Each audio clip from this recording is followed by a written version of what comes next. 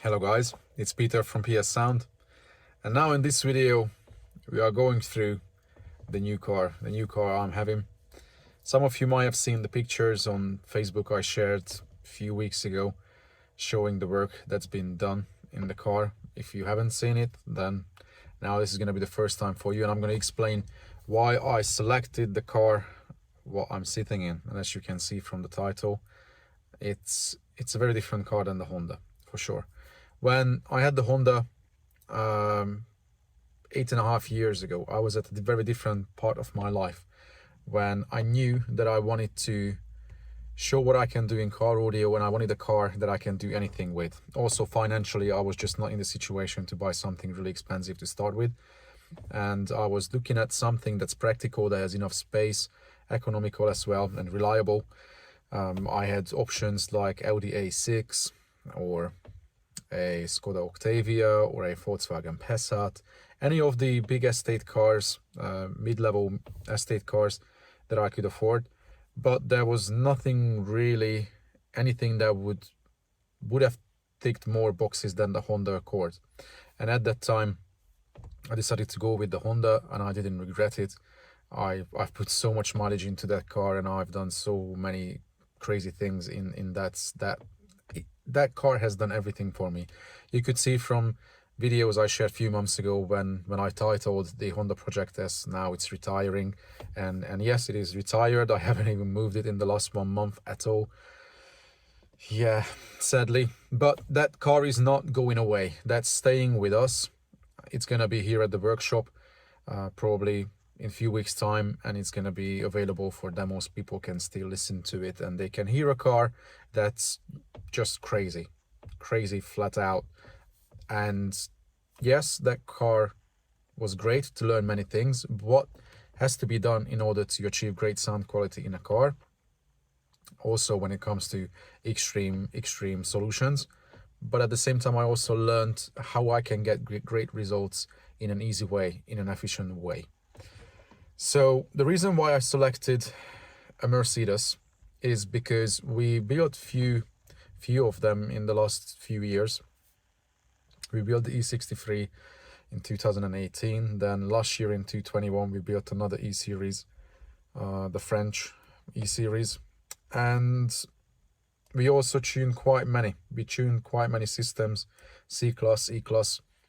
And I could see that even the factory locations can work really well. Why is that important? People know that I just go crazy custom and I rip everything out, pull the dash out, customize everything I can just for the best sound quality. Well, the reality is that I always say that I'm now in the classic shoemaker situation, when like the shoemaker makes beautiful shoes for everyone else, while you know the shoemaker's shoes have holes on it.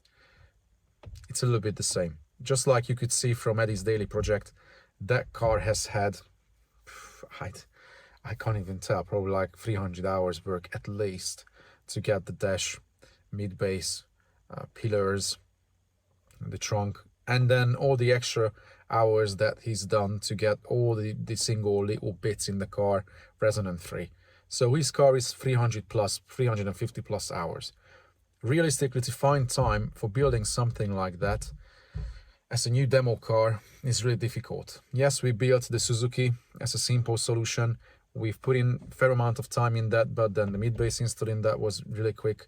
That was done literally in a day between me and Eddie. The dash build took 2 days in and out. That was relatively easy. Pillars in a day. Okay, the soundproofing you could see and running all the wires in, that took time. But realistically, compared to big crazy demo cars, that was a relatively easy job. And I knew that I wouldn't have time to have anything like that again. And when we still have the Honda, then if people want to hear and see something crazy, we have that. And I wanted a project where I can get great results without putting hundreds of hours in. So, as I mentioned earlier, we worked on so many Mercedes platforms, I knew what to expect. Currently, I can easily say that out of all the cars on the market, my favorite is definitely the Mercedes platform, because you get great locations, speaker locations from the factory. So you don't even have to do crazy. You can just use the factory locations and you will get pretty good results. Why am I saying that?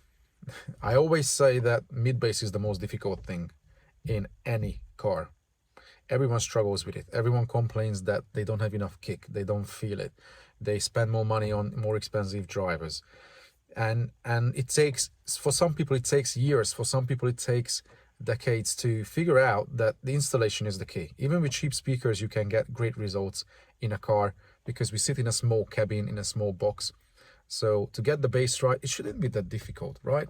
Yet it is, especially to get the mid bass right, to hear every single note, to have that tight controlled bass that also hits you. That's really difficult, especially when people use door locations where the environment is just not rigid, it's not solid. The speaker location is quite offset from your listening position. On one side it's very close, on the other side it's, path length difference is so large that you will end up having acoustical problems, big cancellations in the response and all those things. And people try everything to deaden the doors. They spend days, some people spend a week on soundproofing the doors, and it's still not great. Then people build enclosures. I've built many enclosures. Even in the Honda I had no option for anything else. That's very time consuming. Again, I don't have that time. And even if you do that, the speaker location is still the same. It's still located at the bottom of the door. So after we built all these cars, all these Mercedes platforms, we could see that the factory location in 2014 upwards from the S-Class, 215 or 16 from the C-Class, and 217 upwards from the E-Class, they all share the same mid-bass location. And I think is the same in the 4x4 versions as well, that the mid-bass is located in the firewall. That may sound crazy for most people, but if you think about it, that's the furthest away from you and the least path length difference between left and right. So you can get so great results in an easy way. And the mounting is right on the firewall, which is the strongest part of the car. When we did the E63 in 2018, we had a few comments where people were saying that, Pete, why didn't you deaden the firewall? Because we could see that you did all what you did, but there's no deadening around the driver at all. And I was like, well, okay, yes, we could have put some on just for visuals and please people's eyes. But in reality, if the firewall is not rigid enough in a car, if it vibrates, if it resonates, then sell that car, buy another one. So in Mercedes, the factory location is right there. There's one in front of the pedals and there's one on the passenger side underneath the carpet. And they have not 6.5s, they have 8-inch drivers. So even if you just have the factory speakers, you get great results if okay, not with the factory amplifier and the factory tune, because even if you have the Burmeister in Mercedes, it's shite. It's boomy, it's uncontrolled. It's all the amplification, nothing else. So as soon as you have a proper amplifier on it, even a cheap DSP amplifier with just clean output, clean signal going into it, so probably you will need most integration, just how we did it in this platform, then you get clean signal and then you can transform the whole system, even with factory speakers. So I knew that would deliver great results straight away because of the location and the application. And then the mid-range and the tweeter is also at a pretty good location in the car on the top of the door card, where, okay, the mid-range is not eye level, not as high as up on the dash or on a pillar for sure, but the location works very well. And the tweeter is up in the sail panels, so the stage is high enough for someone who is used to something that's dead on eye level in a car where you can put speakers wherever you want. It's not blocked by anything, there's no intrusion between you and the speaker. Even if you have a passenger, it's not going to affect the response from the mid-range or the high frequency range. So you can get good results even in factory locations. So currently what we have in this car, you will see from the pictures, is nothing bonkers, nothing crazy. And yes, it's going to change and we will talk about that shortly. But first I would like to talk you through what we have done and what we have achieved in this car. So you will see that good results can be achieved with a bit of thinking. So in this car, we soundproofed all the doors. We didn't go crazy because the outer skin is rigid.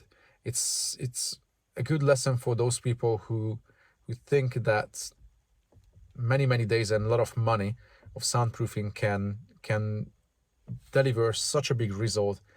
like some of the high-class cars which come quiet from factory.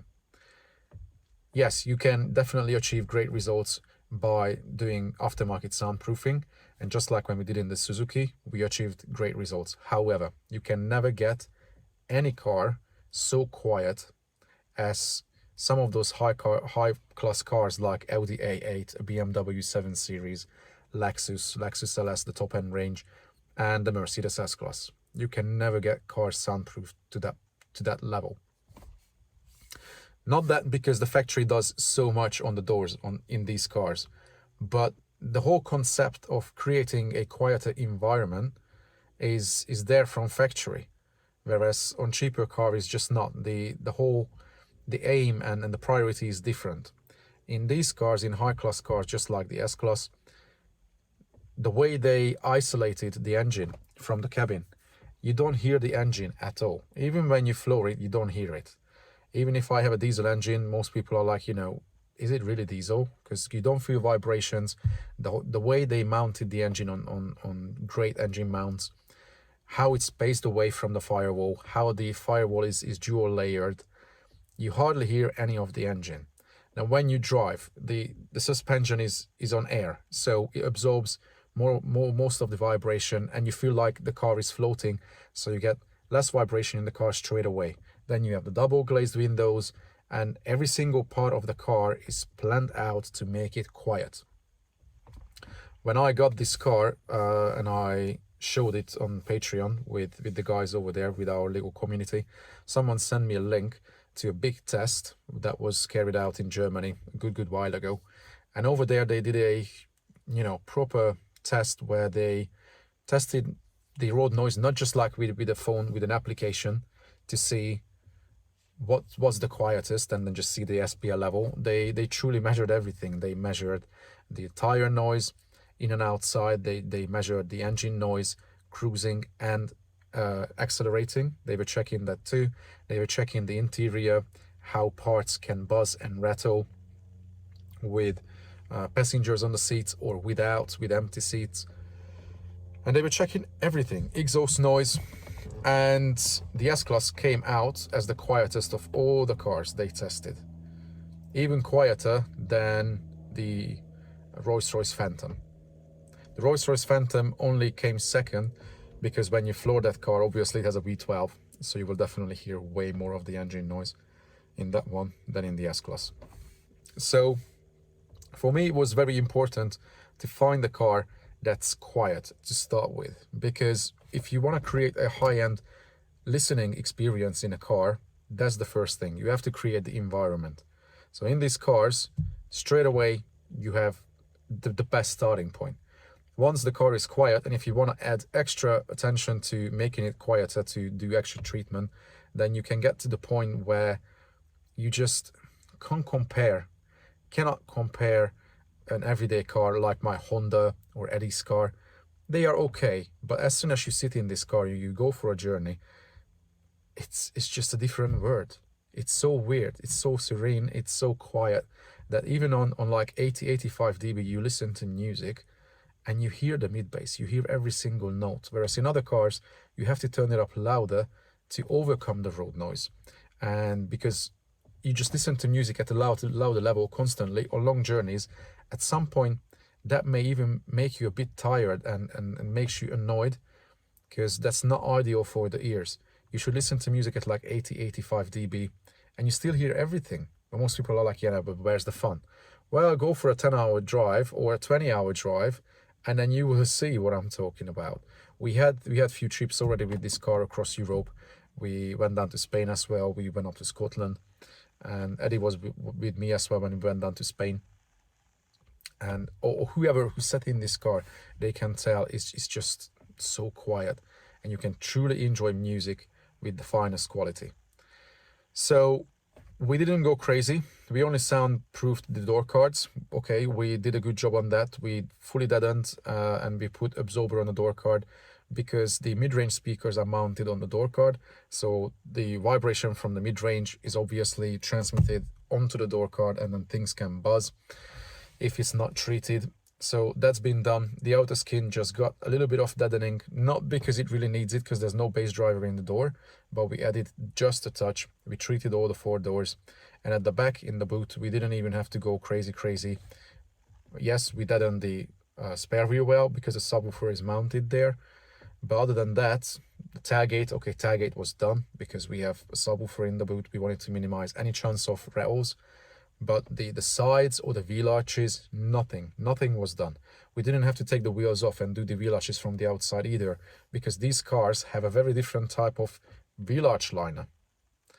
In most cars, it's cheap plastic just to cover the crap to go to areas where the manufacturer doesn't want mud to build up. In this car, the wheel arch liner is nice and thick. It's actually having a proper soundproofing property. So that way, the main noise that comes from the tires is already absorbed by the wheel arch liners. And then the wheels are also so far away up front that you don't even hear anything from them. At the back, because it's a saloon or sedan, whatever way you know it, the boot is completely sealed off. So the rear seats are thick, so they absorb a lot, but behind them, the whole back seat area is completely molded with mass loaded vinyl, and underneath that with closed cell foam. So you hear nothing from the boot at all. We didn't do anything. We lifted up the parcel shelf to see what we could do. We didn't have to do anything because even that is fully molded with foam. We just squeezed a bit of foam in between the existing foam and what's in it to give a bit of tension to the parcel shelf, because we have great amount of bass at the back, but through the ski hatch hole it escapes and it pumps straight into the cabin. So it's such a quiet environment. Even when we listen to music loud, the bass doesn't excite things so much. You can just tell that this car was built stronger, more solid, and that's what I wanted. I didn't want to spend 2 weeks soundproofing a car, and I still cannot get to the point where we are with this, and we only did 2 days work on treating the panels, and that was it. So that's the background behind creating a good environment, and that's one of the reasons why I selected this car. Then of course I mentioned speaker locations were great, and we can have an easy solution like what we've done in this. We just upgraded the mid-range and the tweeter in factory locations. Even with the factory speakers, I could have got pretty good results, to be fair, but we just upgraded them to have something that's quick and it's effective. Is it a high-end listening experience right now in the car? I wouldn't say that. Many people who sat in it and many people who follow us on Patreon, I always say that personally, I'm really not happy with it. The mid-bass and the bass is stunning. That's fantastic. It works great in the car, but the mid-range and the high-frequency range has to be sorted out. And once that's done and we carry on improving things in the car, it's going to be stunning. It's going to be at the Honda's level. But right now, it's also the best demo car. If you had a chance to listen to this car in the last few months on a competition or a meeting, please feel free to comment and share your experience, what you heard in this car, what worked so well, what you figured out from this layout, because people need inspiration and we have to share information in order to learn how we can get good results in an easy way. And honestly, it's the best demo car right now, because when people sit in, they don't see anything. They don't see what equipment we have in it. They don't make pictures in their minds. They don't have preconception of what result they will have just based on, seeing expensive speakers. In this one, you don't see anything. I could tell to people that we have £200 speakers up front or we have £2,000 speakers up front. They wouldn't be able to tell. And to be fair, most people who sat in it, they didn't want to believe what speakers we use. Because what I showed earlier, we used these stack plug and play speakers in the car. Here, they cost £230 for the mid-range and the tweeter. And it's not even fully active. It's semi-active, the tweeter only has a cap. But at least because the location gives you almost the same distance from listening position from the mid and the tweeter, even running passive, you can get good results. Of course, you have to put in a great amount of work to get the balance, the response balanced from left to right and get the spectral balance right. It needs hard work this way because you can't select crossovers between the mid-range and the tweeter to get optimal results. It's a bit harder to get good results, and we have managed that. Those people who have heard it, they have to tell in the comments, please, guys. If you heard it, please comment if you missed anything from the response in this car. But that's the beauty when I tell to people at the end of a demo that, yeah, currently we spend only £230 on mid-range and tweeter in this car, and they just don't want to believe it. But of course, yes, it's £230 in speakers, but another 20 years behind me, knowing how to get the results, how to deliver the surprise at the end. We still use the factory mid-bass drivers, which is the most shocking part of the system. I didn't touch it yet. We will, but I wanted to show to people what you can get when the mid-bass is at the best location in great application, and you tune it with clean power, and then magic happens. We don't even have much power, to be fair. We have a stack DSP amplifier that we managed to squeeze into the factory location, into the bracket where the factory amplifier was. We just managed to put the stack in. We could have put many other things in, but I also wanted to get a bit familiar with that product. I wanted to see what I can do with it. For the money, it works well. It's great. It's 8 channel of amplification, 10 channel DSP. So we are feeding the RCA outputs into a monoblock that runs the subwoofer at the back. And it all went to factory location. I could literally probably create harnesses to get it ready, plug and play with the same equipment. If people could replicate it, they would be over the moon with the same preset. Yeah, how many people would do that in S-Class? I'm not too sure. Not many people have an S-Class. Not many people can afford to have an S-Class. And I'm also fortunate enough that after so many years, I had the chance now, although I saved a lot to get to this stage when I could get an S-Class. Okay, it's 8-year-old. I have to mention it because most people, when they see the car, it's quite imposing and they think, oh yeah, Pete is doing well, he's got an S-Class, yay. Well, from the same sort of money I bought this 8-year-old car for, I could have bought a Golf, a standard Golf with a diesel engine, and yeah, 2-3-year-old Golf. And you know, I get so much for the money with something like this, with a 7-8-year-old S-Class. That this one came out in 2014. And it's been looked after. Yeah, I was searching for it for 4 months, and it was worth it because I managed to find one that fits, you know, ticks all the boxes that I wanted. I wanted a light interior like this. It's such a luxurious space to be in that also adds to the listening experience. The seats are so comfortable that I drove across Europe several times now, sitting for 17-18 hours in this car and driving non-stop with just, you know, short breaks. You don't even notice it. You get out of the car on the other end thinking, I could do a few more hours if your brain doesn't want to switch off. But physically, you just don't feel tired in this car, and it's so comfortable to drive and listen to music. So, as I mentioned, simple speaker upgrade so far, simple amplification and DSP in the car so far. But what's not simple and what's staying is the subwoofer installation. And I don't think I'm going to surprise anyone who's been following our work and our channel that, yes, over there in the subwoofer installation area, we went usually a bit crazy. And yeah, even my family and my friends were like, oh no, Pete, you just bought an S-Class and you cut it already. This is what we do. We do car audio on extreme levels and we want extreme results. And for that, if you want a beautifully musical, detailed sub that has no limitation and it's effortless, for me, there's no other option. That was another reason why I bought this car, because I knew that it has still spare wheel well and I can fit a subwoofer down there. So in order to achieve that, we had to relocate the factory battery, which was in the spare wheel well.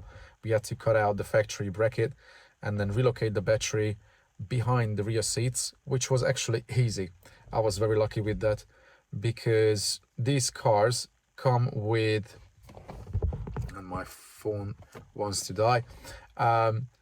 These cars come as a hybrid option as well, and the hybrid batteries are behind the seats. So there's even factory brackets that can sit into that location. So I just had to buy a bracket from Mercedes and I could lift out the battery from the spare wheel well area, put it over there, and that was it.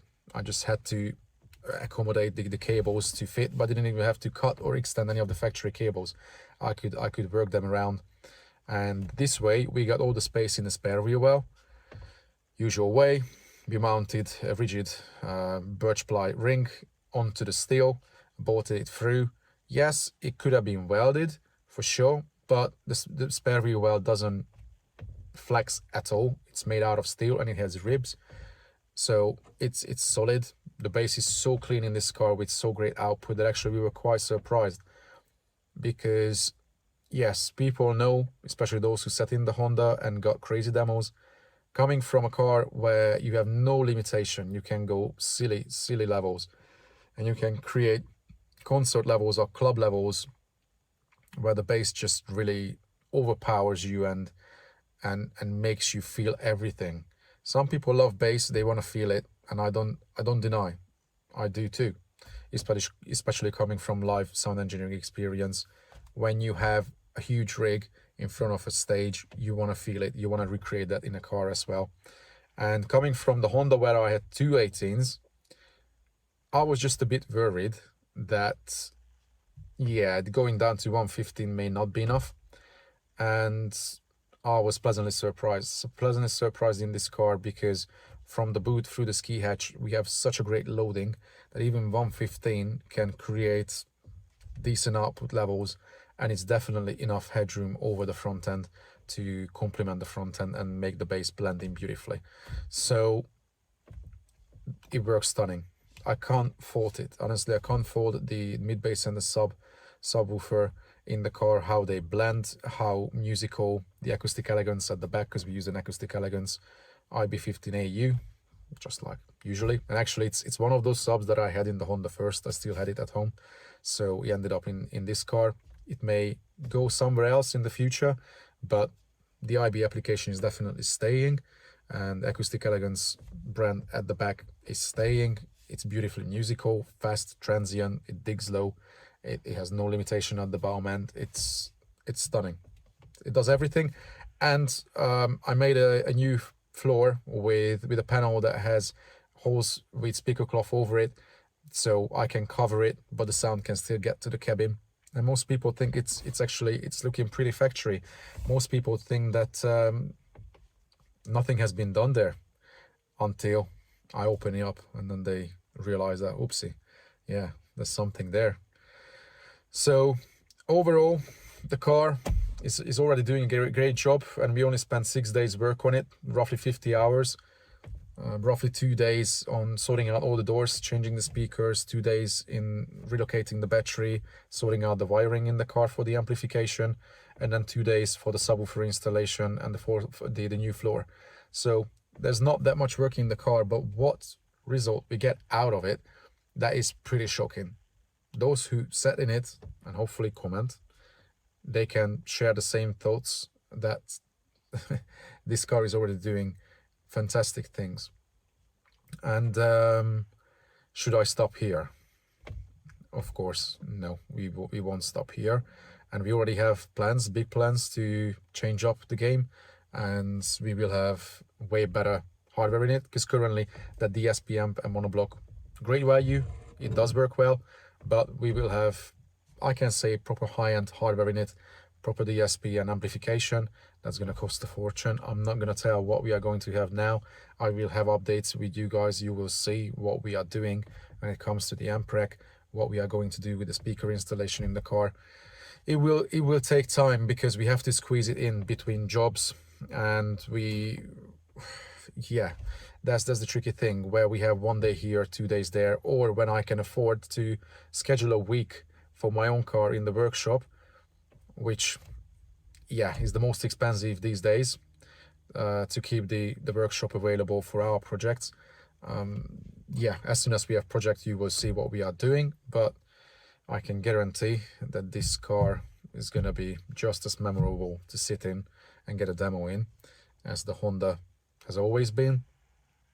But as I say, the Honda is staying, so if you're in the UK and if you are around, you can book a time, then you can come in, you can listen to it. Or if we have a meeting nearby, like at the usual spot in Brighton, then I may take that car over there as well, and then people can hear it, because yeah, Honda is the Honda, the crazy build. But here we are in this one. You could see all the pictures, what work has gone into this car. If this is all new to you, if you are watching our channel and this video for the first time, then you might think, you know, this is just bonkers. Why would you do so silly things cutting a car? Well, many people have, you know, a passion. This is ours, to get the best sound quality in a car. This is what we do. This is what this channel is about, has always been. It's never going to change. I can only suggest to come down to us to listen to our cars, and then you will make up your mind, and you will figure it out yourself that all these videos are not just, you know, well marketed crap. I always say that our attitude is the proper no bullshit attitude. We build cars that sound great no matter what the budget is. Of course, there's a minimum budget. We had a video about that, how much an audio system costs in a car. Yes, so yeah, maybe that's what people have to learn from this car as it is now, that with good platform, you don't have to spend crazy money. You don't have to spend on custom speaker installation. You can just use the factory locations, and then you can save more budget for the hardware. You can buy better speakers, or you can buy better amplification or DSP. So this is where we are right now with the new demo car. I hope you will be able to hear it in whatever form it is, in the current simple state or when it's gonna get proper crazy system. What I can tell for those guys who live abroad or in Europe, that we are planning to take this to Salzburg for Eurofinals. It has already qualified in Master OEM, so the car is going to be there in that class for sure, and probably multimedia. Anyone who's going to be there will be welcome to listen to it.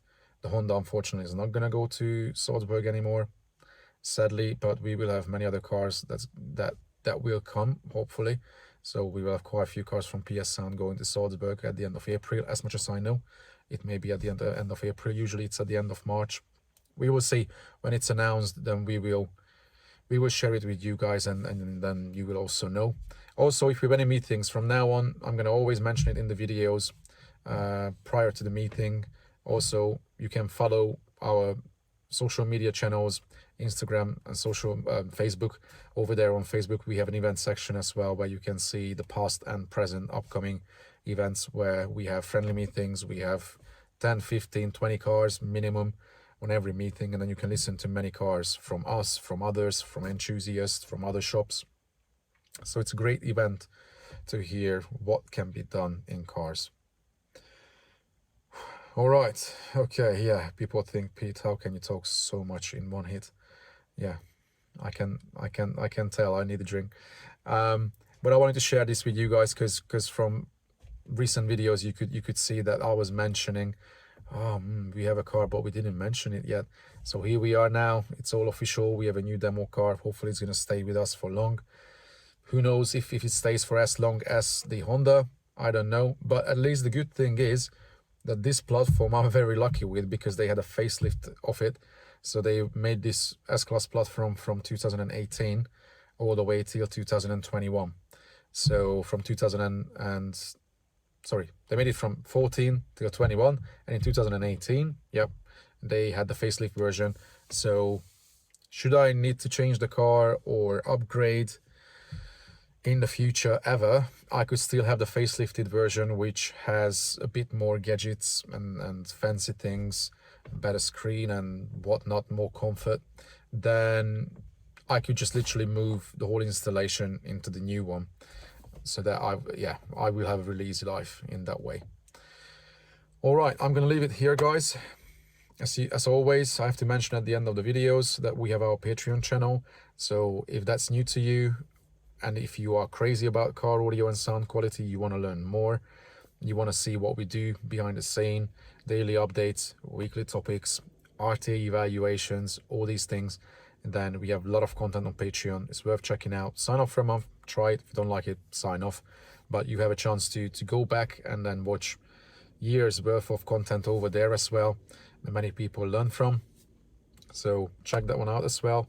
Check out our links to social media sites, then you can see all the crazy stuff we do. We share everything on Facebook. That's where it's easiest to share the build pictures of projects, because here on YouTube, sometimes it's difficult to find time and create content and share it with you guys.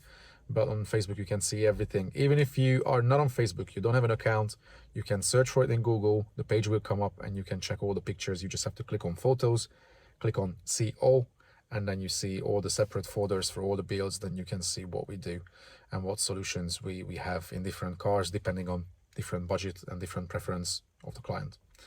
So here we are. I'm going to leave it here. Hopefully you liked this little chatty introduction of this new car and this new project. And then soon we will be able to show it to more of you and you can hear it. Other than that, I will see you in the next one. Take care.